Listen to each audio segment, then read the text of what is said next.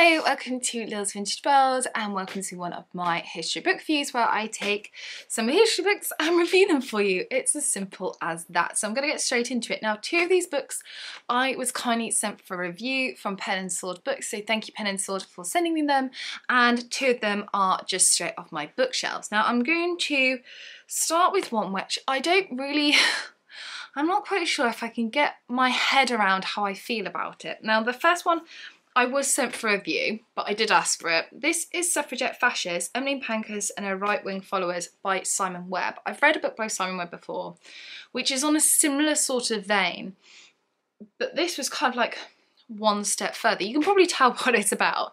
It's looking at the suffragettes, but the argument that they were fascists and terrorists and... yes. Now, I very much understand the way in which Simon Webb is conducting himself. He's looking at the evidence and he's definitely going down this line, and I understand his point. What the suffragettes did in terms of militancy, would we now see as acts of terrorism today? Possibly. They were illegal. They were dangerous. Yes. But I just struggled, because what this book does is it kind of puts forward that view, and then he talks about other things like the Second World War and talking about concentration camps, ethnic cleansing, etc, etc. Talks about essentially fascism, and then talks about how the suffragettes relate to that and how they get drawn into that sphere.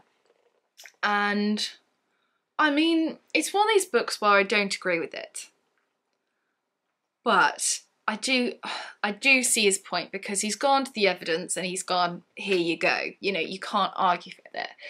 It's one of these books that, although I kind of hated it, it's stuck with me and it's made me think.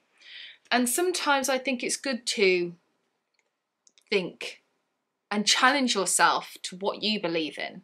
Sometimes. I mean, did I enjoy this book? No. But do I have respect for it? Yes. I mean, Simon Webb certainly has his views. I mean, I'm just going to show you this picture here, which I was like, okay. So this is a picture here of the horse at the Derby, and it says Herbert Jones, the man nearly murdered by the suffragettes. Okie dokie. That's your choice of phrase, is it? So I don't know how I feel about this. I don't know if I hate it because I just don't like that point of view, but I don't know if I love it because it's made me, well, I haven't loved it, but I don't know if I like it because it's made me think and question things, and explore things and research things a bit deeper. So this book's a thinker. I'm going to say that. It's a thinker. A thinker of a book. Right, the next book was one from my bookshelf. Words. Come on. Words. That is Young Henry by Robert Hutchinson, The Rise of Henry VIII. This book was great. This is a easy read, and I like Robert Hutchinson. I'm sure you've probably seen him on documentaries on TV, but I like how he writes. I like that the primary source evidence is right in front of you. Thank you very much. I do like it quoted right in there in the text. I like that. So this book looks at what it says on the tin, Young Henry, up to about 1530-ish, he lived a very long time, up to about 1530-ish, so when he's trying to obtain his divorce and marry Anne Boleyn, essentially. But this looks at things like his birth. It looks at him growing up in a very much a women-dominated environment, as opposed to the upbringing that his brother had, because of course Henry VII wanted an heir and a spare, in which he got, and Henry VIII was the spare heir. And it's nice. It's an easy read, and I enjoy it, and I'll definitely pick up more Robert Hutchinson in the future. And if you're after a book looking about the life of young Henry, I would suggest you go and pick it up, because it's a good one.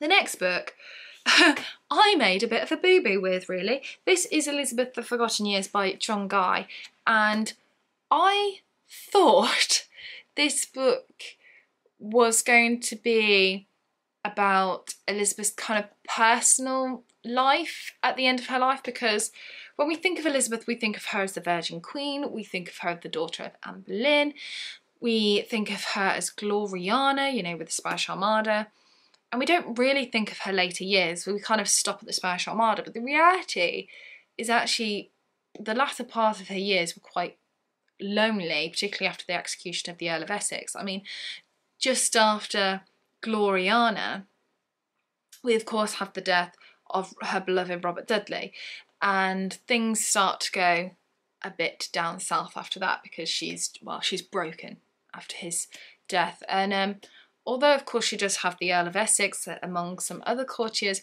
after his execution, those last couple of years particularly, her life is quite sad, and it's a real decline. And I thought it was going to be a personal looking at that. I got it wrong. I definitely didn't research this book enough. This book is about Elizabeth, yes, but it's also about like the politics that's happening around her in these years, and things like exploration and wars, etc, etc, so Ireland, etc. What else is happening at the time, not just look at an intimate portrayal of Elizabeth herself. My bad, I got that wrong. It's still good, but I'm not too much into the politics of the Tudor reign. I'm more into the person of Elizabeth herself. So it's good, and if you're into that kind of political exploration, wanting to know what's happening in the reign, go for it. You'll enjoy it, but if you're like me and you're looking at more of a personal view, it's not for you. Let's just say that. And then finally, the last one is also one which I was kindly sent for review from Pen and Sword after I requested it, and that is How to Survive Ancient Egypt by Charlotte Booth. Oh, this book was so good. I really enjoyed it. I don't know why I'm starting to sing. So I read a few months ago for the History Challenge, I don't know if you can see it. Here it is. This is Cleopatra the Great by Joan Fletcher, and I read it, I liked it, but a lot of it just went whoosh right over my head. I didn't know what it was going on about. I didn't know enough, and I felt so inadequate. And I was like, right, I need to go back to basics. I need to learn about Egypt. And what do we have here? Perfect. So this book is literally a step-by-step guide, teaching you about, well, essentially, if you were going to live in ancient Egypt, how you'd get on. So it's about talking about like what it's called, because it's not called what we call it. We don't, we call it ancient Egypt, but they had different names for it. What you need to do for work, what you need to do for your home, what gods you pray to, etc., what you look like in terms of clothing and makeup, etc. And it was fab. I really enjoyed these. I think sometimes these books are a bit hit and miss, but I really liked this one. And I liked the fact that there were these kind of boxes, which are the do you know boxes, which I found quite interesting. A bit horrible history-y. This one is on food and diet, and it says, did you know the tomb of Tutankhamun contained 48 boxes of food, cooked and labelled, 26 jars of wine, red and white wine, and various containers of fruit and vegetables. I did not know that, but he was ready for the journey, wasn't he? I really liked it. I thought it was really good. And if you are like me and you want to learn the basics about ancient Egypt, this is a great one to go to. I hadn't studied ancient Egypt since I was at school, which was quite a long time ago. So yeah, a real valuable book for me. Really enjoyed it, highly recommend it. So there we have it. That is it for this video. I hope you enjoyed it. I hope one of these books have now taken your fancy, or have you already read these books? If you have, let me know in the comments section below, because I do love chatting to you. Anyway, that is it for this video. Take care, and I shall see you soon for my next one. Bye for now.